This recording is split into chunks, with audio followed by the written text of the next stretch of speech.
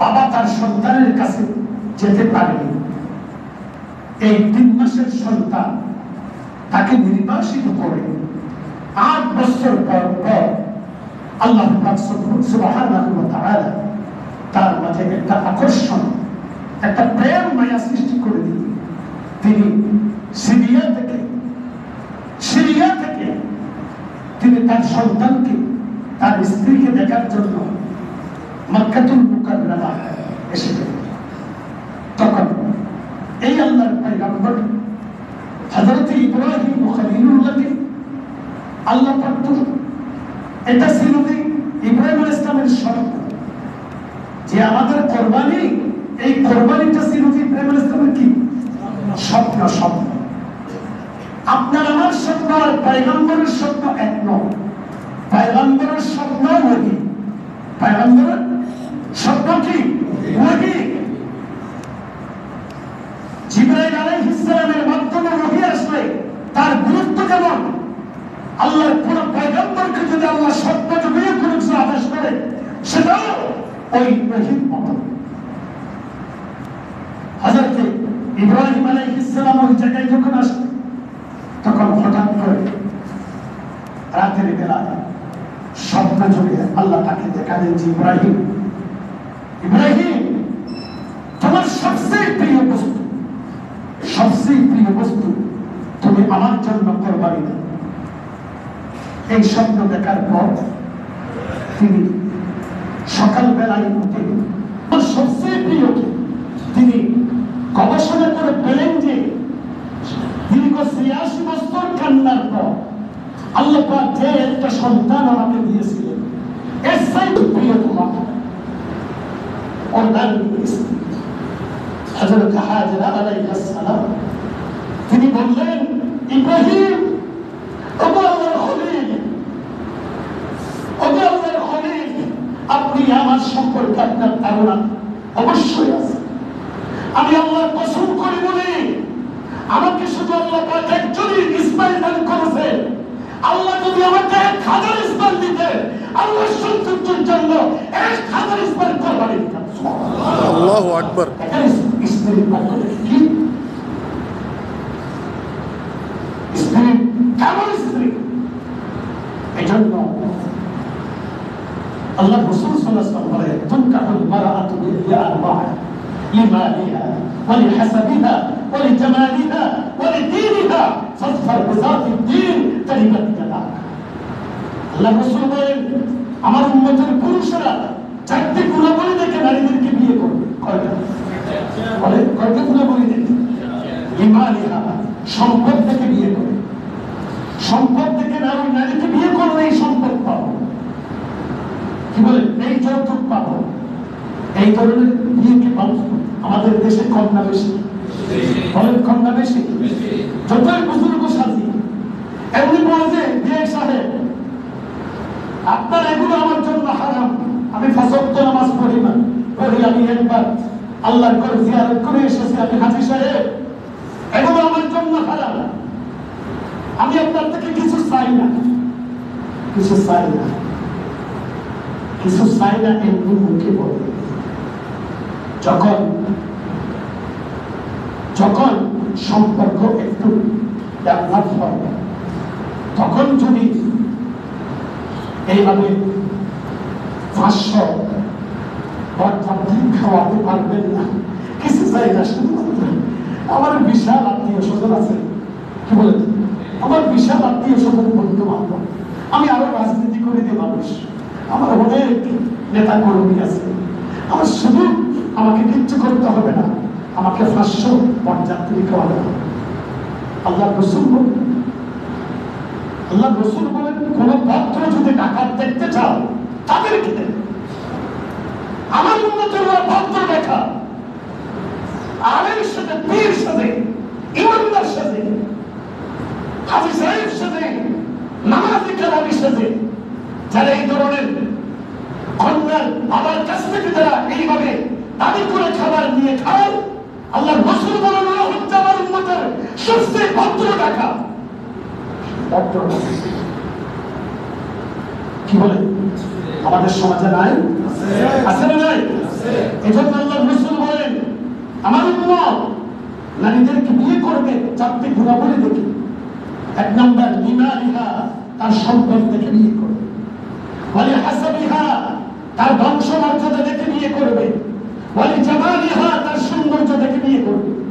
রাসূল বলেন উম্মত আমি চলে যাব, আমি তোমার কল্যাণ কোথায় আমি বলে যাচ্ছি। তোমার এই পারিবারিক ঐতিহ্য যদি তুমি ধরে রাখতে চাও, এইভাবে সব যোগ্য হতে বেরো সন্তানের মা বাবা যদি তোমরা হতে চাও, আমি রাসূল ঘোষণা দিয়ে দিলাম ওয়ালি দীনিহা, যাকে তুমি বিয়ে করবা, তোমার পুত্রবধূ হিসেবে তুমি যাকে তুমি চয়েস করবা, তার মাঝে দিন আছে কিনা দেখো, দিন আছে, সে দিনের পক্ষে আমি ভক্তে, সে ডানপন্থী না বামপন্থী দেখো, ঠিক কিনা? রাসূল বলেন সেই দিনদার স্ত্রী যদি তোমার ভাগ্যে ঢোকে, আল্লাহ রাসূল বলেন আদ-দুনিয়া কুল্লুহা মাতা ওয়া খায়রু মাতা'আদ দুনিয়া আল-মারআতুস সালিহা। আল্লাহ যত নিয়ামত দান করেছেন পৃথিবীতে এই মানব জাতির জন্য, সর্বশ্রেষ্ঠ নিয়ামত ওই পুরুষ লাভ করেছে যেই পুরুষ একজন সতী সাধবী দিনদার নারী স্ত্রী হিসেবে লাইফ পার্টনার হিসেবে আল্লাহ তাকে দান করেছেন। সুবহানাল্লাহ, সুবহানাল্লাহ। ইব্রাহিম আলাইহিস সালাম যখন তার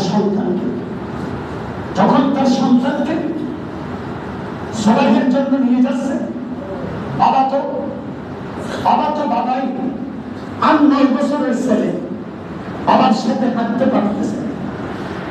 বাবা হেঁটে অনেক এগিয়ে গেছে, সন্তান একটু পিছনে পড়ে আছে। এমন সময় শয়তান এসে সন্তানের কাছে বলল, এই বোকা ছেলে, তোর বাবা তোকে কোথায় নিচ্ছে জানোস? তোর বাবা তো তোকে জবাই করার জন্য নিচ্ছে। তোর সন্তান বলতেছে বাবা নিজের সন্তানকে জবাই করে কেন? বলছে যে এটা আল্লাহ পাক তোর বাবাকে স্বপ্নে দেখিয়েছে, তোর বাবাকে আদেশ করছেন যে তোকে জবাই করে। তখন সন্তান কি বলে জানেন? এত লক্ষ লক্ষ মানুষ থাকতে আল্লাহ আমাকে কেন বাছাই করেছে? আল্লাহ আমাকে কেন বাছাই করেছে? আমার মতো ভাগ্যবান সন্তান তো আর কেউ নাই, আমি সবচেয়ে বড় ভাগ্যবান। আল্লাহ হাজার হাজার লক্ষ লক্ষ বান্দার মাঝে আমাকে আল্লাহর দ্বীনের জন্য জবাই করতে মনোনয়ন দিয়েছেন, মনোনীত করেছেন। আমি সবচেয়ে বড় ভাগ্যবান। তুই বড় হয় শয়তান, তুই যা।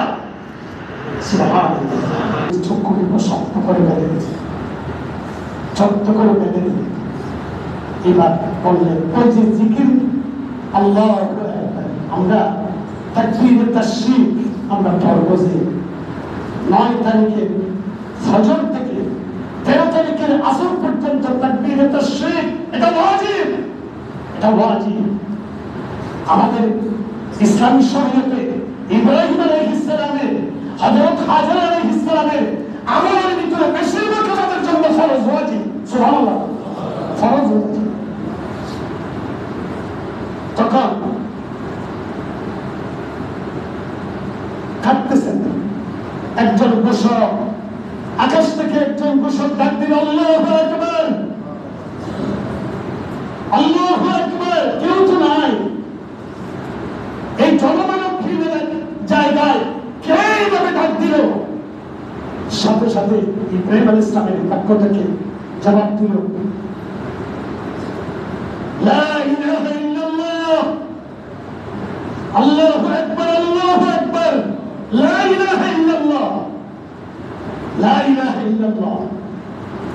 তিনি তো ছুরি চালাতে গিয়ে থেমে গিয়েছিলেন, এই সুযোগে আল্লাহ পাক ফেরেশতাকে পাঠাই দিয়ে কামটা সারাই দিলেন, কামটা করে দিলেন। কি? তিনি তো ছুরি না চালিয়ে মাঝখানে ওই যে আওয়াজ শোনার পরে তিনি এইভাবে ছুরি চালানো বন্ধ করে দিয়েছেন।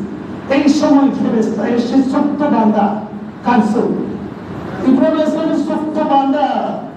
এই সময়ে ফেরেশতা এসে একটা দুধটাকে ভিতরে ঢুকাই দিয়ে সন্তানটাকে বের করে এনে দাঁড় করাই দিলেন। সন্তানটাকে বের করে এনে দাঁড় করাই দিলেন। ওনার তো চোখ বাঁধা।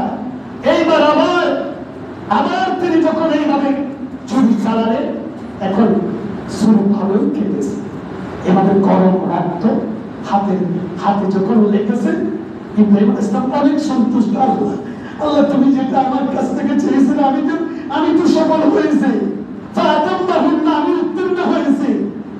তখন তিনি সেখান থেকে জবাইয়ের কাজ শেষ করে তিনি আবার চোখ খুলে দিলেন, পালন করে দিলেন।